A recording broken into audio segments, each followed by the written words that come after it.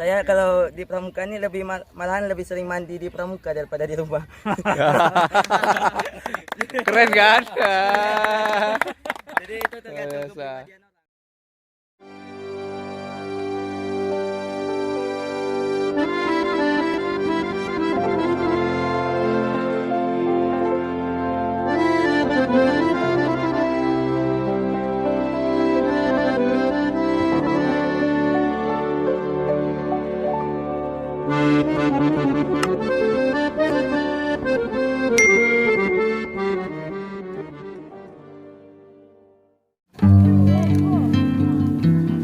Perjumpaan yang tak pernah direncanakan terjadi dengan salah seorang peserta Kemah Dewan Kerja atau Kemdeka pada hari Jumat 22 Juli 2022 di bumi perkemahan Sungai Geringging, Rambah Hilir, Kuarcap, Rokan Hulu.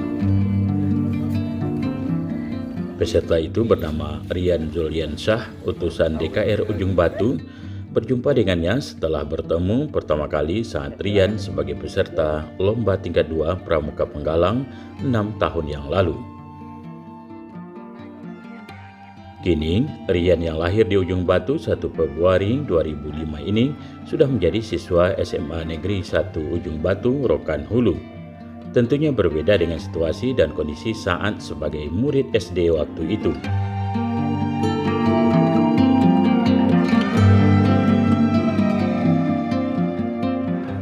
Selengkapnya, inilah bincang-bincang saya dengan Rian Zulyansyah, anak kedua dari 2 orang bersaudara ini, tentang pengalamannya mengikuti kepramukaan sejak kecil. Nah, kakak dan adik-adik, ada 6 tahun yang lalu, salah seorang peserta didik pernah jumpa dengan saya. Dan dia ingin menunjukkan buktinya bahwa dia pernah jumpa dengan saya. Ini deh. Iya. Wah. Iya. Betul. Ini waktu itu kecil. Ya. Enggak, masih kecil juga. Wah, sekarang udah penegak. Enggak menikah. Kalau SMA kelas 3. Ya, SMA kelas 3. Yuk. Dan ini kawan-kawannya yang udah besar duluan. Jangan-jangan makan dia diambil kawan-kawannya. Iya. Jatah makan kawannya. Nah, Kejadian 6 tahun yang lalu tuh. coba ngomong. Kejadian berapa tahun yang lalu jumpa dengan kakak, silakan. Ya, dulu tuh waktu tuh seingat saya waktu masih SD itu lagi yel-yel di depan tenda. Nah, itu disuruh foto kan. Nah, itulah. Inilah fotonya nih. Luar biasa. Sekarang udah kelas berapa? Udah kelas 3 SMA. Alhamdulillah. Dan begitulah. Badannya masih segini-segini aja. Ini ya kalau mau ditengok. Ya. Oke. Mungkin mukanya masih sama aja, masih jelek juga. Ya, makasih. Tapi Ya. soal pramuka sampai kapan berhentinya? Mungkin ya nggak ada berhentinya lah ya, namanya pramuka kan. Ya, udah ada di jiwanya tuh gitu. Nggak akan ada berhentinya. Oke. Sampai ajal memisahkan. Kenapa tertarik dengan pramuka sejak dulu? Gimana ya? Di pramuka nih lah saya dulu dididik dari awal untuk mendisiplinkan diri. Jujur saja saya waktu masih SD tuh awal masuk pramuka kelas 3 SD udah diajak kemah untuk LT2 di SMA N2 Ujung Batu waktu itu. Nah, di situ saya masih takut. Saya nggak berani. Bayangan di rumah saja saya ke WC itu takut dulu. Jadi sekarang semenjak ikut pramuka tuh saya ngerasa lebih percaya diri dan ngerasa alam tuh sahabat kita gitu. Tapi kan orang banyak mengatakan bahwa pramuka itu hanya berprogram, menyanyi, tepuk tangan, terus kadang kalau berkemah kayak ini kayak jarang mandi. Gimana tuh? Terkadang orang tuh menilai sesuatu itu dari awalnya aja, dari depannya saja. Ya seperti pepatah bilang don't judge book is cover gitu kan. Jangan nilai buku itu dari sampulnya gitu. Jadi diikuti, dirasakan kenikmatannya di pramuka ini bakalan terasa bagaimana teman-temannya, nambah teman, gimana pengalaman kita lah yang lebih penting di pramuka ini, lebih mendapat wawasannya luas lah di pramuka ini. Walaupun di sekolah tuh ada untuk menuntut ilmu, untuk meningkatkan pendidikan, tapi di pramuka nih menurut saya kalau di kepribadian dan karakter itu jauh lebih tinggi. Terus ada orangnya. Pramuka itu kayak tadi lah. Ya. Kayak gini tak mandi-mandi atau jarang.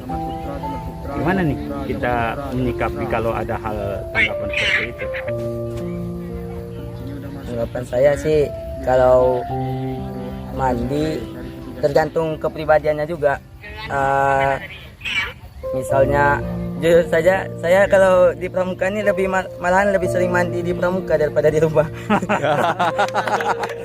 Keren kan? Jadi itu tergantung kepribadian orang. Soalnya kan kalau di rumah tuh ya di sendiri, di rumah ya ayah, ibu gitu aja yang ngelihat, nggak ada malunya gitu. Tapi kalau di pramuka nih waktu tidur kemah kan nanti tidur kawan bilang, ih bau kali lihat nih nggak mandi gitu, malu lah. Jadi lebih sering mandi malahan di kemah nih, beda. Jadi tergantung kepribadian orang dan mindset pola pikir orang itu. Kalau berdesak-desakan mandi itu dianggap apa kalau pramuka? Seni atau ya gimana? Itulah enaknya. Di situ juga ada keenakannya. Dulu saya kemah di Pekan di kantor Pusdiklat. Jadi disitulah saya di tempat mandi tuh di MCK tuh, di situ saya bisa banyak kenal orang. Gayungnya satu ganti-gantian itu kan ada kayak lorong, terus boxnya satu box itu airnya. Jadi nanti yang satu lagi make nanti gantian bisa ya dipindahin gitu. Jadi di situ makin terasa lah keenakannya di pramuka nih. Jiwa-jiwa kepramukaannya adalah kalau di situ lebih berasa ketika mandi tuh memang semua kegiatan di pramuka ini malahan meningkatkan. Ya, itu kalau kayak gitu tuh apa komentarnya? Wah, itulah di pramuka. Kalau kita di tempat-tempat umum, kalau di sekolah lah kita contohkan. Itu kalau misalnya kita disuruh piket nanti palingan satu orang yang angkat sendiri, basah-basah kadang kakinya. Saya jujur waktu MTS tuh kalau piket kelas ngangkat air kadang kan saya pendek nih kan, rendah. Jadi ngangkat ember tuh kadang air tuh Tumpah-tumpah. muncrat-muncrat kena celana. Tapi kalau di pramuka lihat bisa lihat sendiri. Terasa kebersamaan. Ya terasa. Kalau susah satu susah semua gitu, sama-sama susah. Senang satu senang semua gitu. Oke, kalau statement terhadap orang lain terhadap gerakan pramuka. Ya kalau untuk teman-teman yang masih belum ikut gerakan pramuka, ayo kita sama-sama coba. Untuk generasi milenial yang masih menganggap pramuka itu organisasi yang kotor atau hal-hal yang negatif lah untuk organisasi pramuka, coba deh gabung sama kami gitu. Bisa entah itu di Ambalan, entah itu di Gugus Depan, kakak-kakak semua coba gabung gitu. Entah itu yang dari adik-adik Penggalang, ya kita nikmati, kita rasakan kenikmatan dari ikut organisasi pramuka ini. Gitu aja sih, Kak.